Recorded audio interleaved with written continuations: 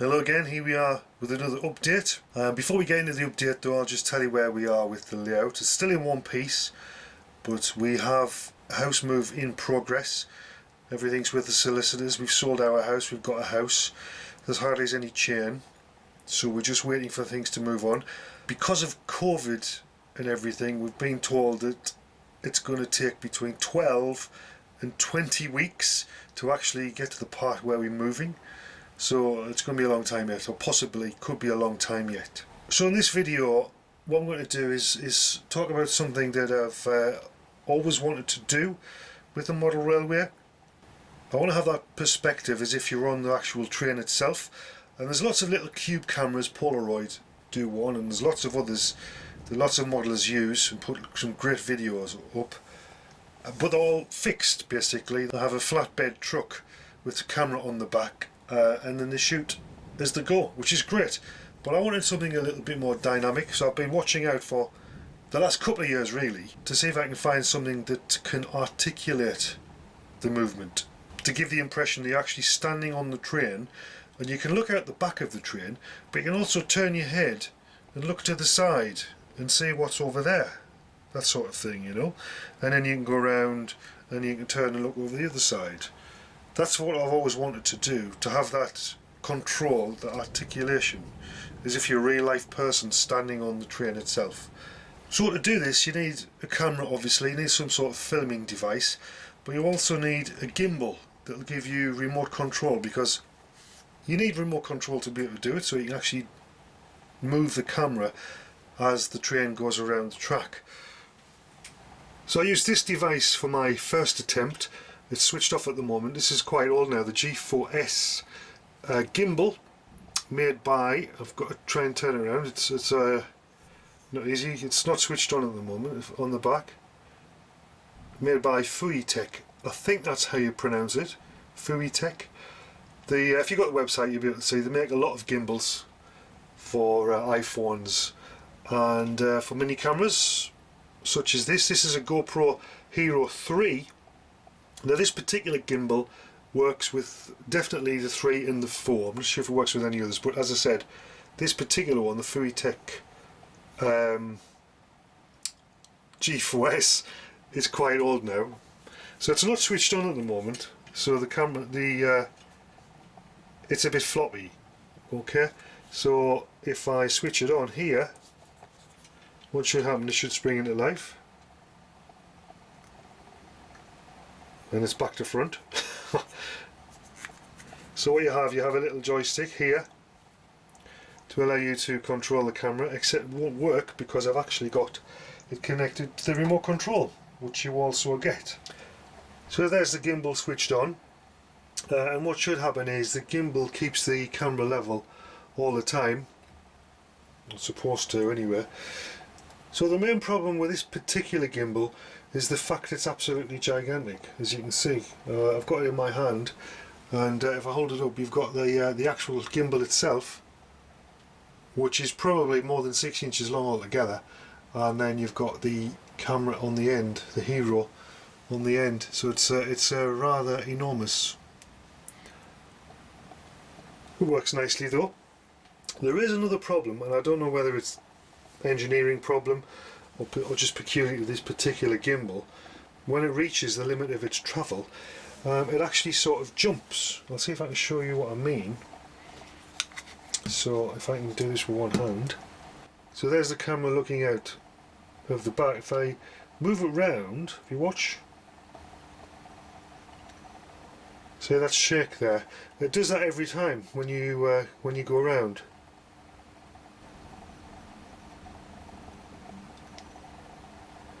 So obviously that's not very good, but the main problem is with this, it's just too big.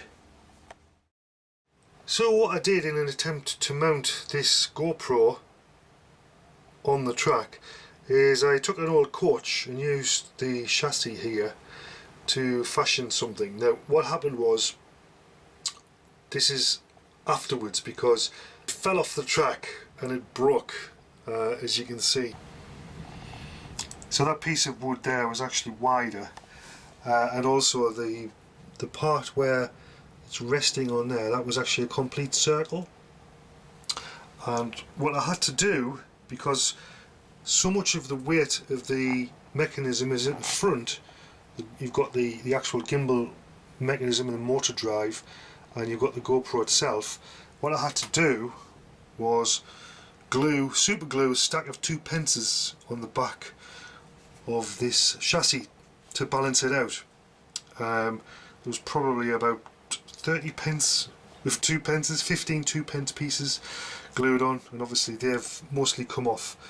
When it fell off the track, I suppose falling off the track proved that it's not really any good. As you can see, there's nowhere it's going to fit under any of my bridges. There's one over there, so it was of limited use either. And just to show you the problem with the actual gimbal itself, if I move this round, it seems to, when it reaches the extent of its travel, it does this little jump.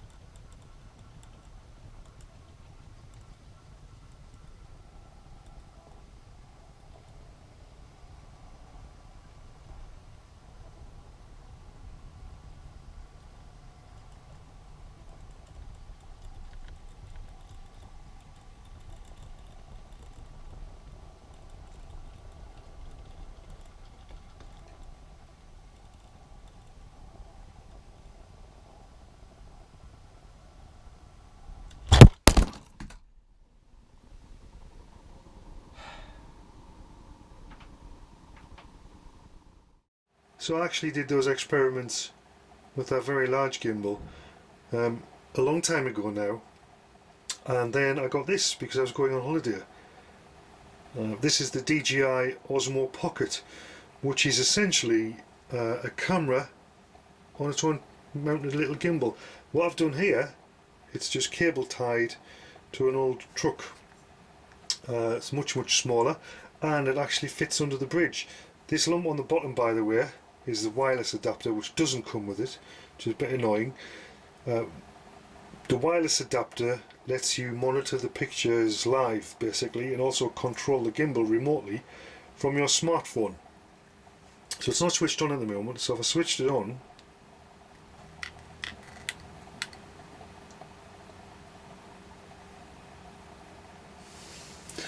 there we go, it lines up. There's the camera lens there.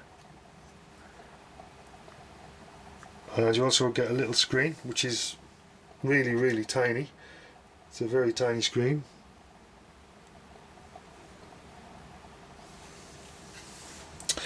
But the thing is with this one, it's very, very small. So those two sets of 4 studs you see in there are to connect to accessories which slide into that little slot. What you get with the device is a tiny little connector which slides into there, and it lets you plug into your smartphone. So the camera literally hangs off the side of the smartphone. So this is how the Pocket would connect to an iPhone. If you can see there, it's the little sliding accessory which connects to the lightning connector on the bottom of the iPhone. I don't actually like using this because that's such a small physical surface area to connect that I just think it's going to be under strain all the time. But it's good because it lets you have a much bigger screen and you can control the functions of the Pocket from the iPhone. So that's one use of the accessory connector.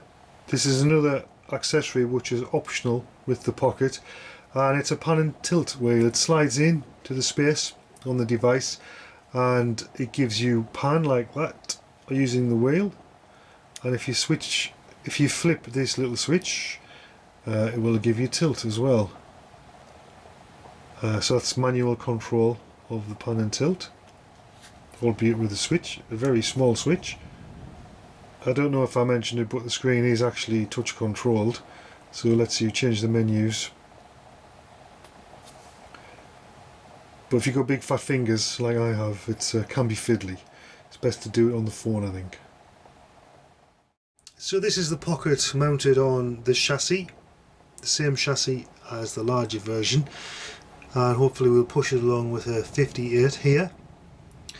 And if I just pull back a bit, you'll be able to see what it looks like on the phone. So that's the view of the Pocket. It's recording now, so I'll be able to cut this in hopefully. And I'm going to have to change hands. Just bear with me. So you probably can't see because it's very faint, but there's a grey spot here on the screen, and that's the control for the gimbal. So there we go. Move it left and right and up and down. And just so you can see it moving there.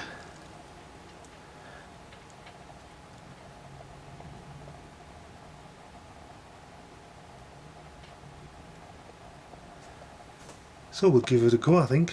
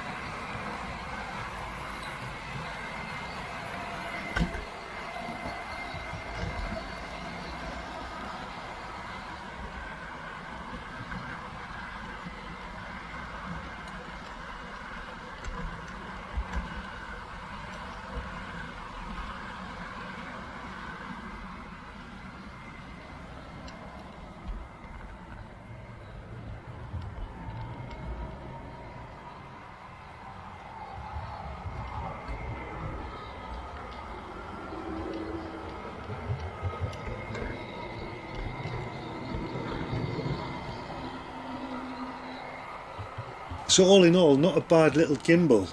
It's small enough to fit under the bridges. It is rather expensive. It's on Amazon at the moment. It's £260, and that's just for the DJI Osmo Pocket. If you want the accessories, you have to pay extra for those. That's the wireless adapter and the thumb wheel controller. You don't really need them, to be honest, because you could just switch it on and let it do its thing. The wireless device is very useful because you can see what the locomotive sees, what an imaginary passenger on the front of the train would see, which is what I wanted all the time, so you can control your recording better. The Feiyu-Tech gimbal which I was using isn't actually mine, and I don't think that particular model is available still. They do a range of gimbals, but what they have brought out is their own version of the DJI Pocket. It's even called the Feiyu Pocket, and it looks remarkably similar to the DJI Pocket, except it's about £30 cheaper. It'd be nice if I could get hold of one without actually buying one, so I can test it out. The biggest disappointment for me with the DJI Pocket is the fact that it does not pan 180 degrees left and right. I think it's the limitation of the gimbal when it's held in a horizontal plane as it is mounted on the chassis. So that's a little disappointment, but it still looks pretty good, pretty dynamic, I think.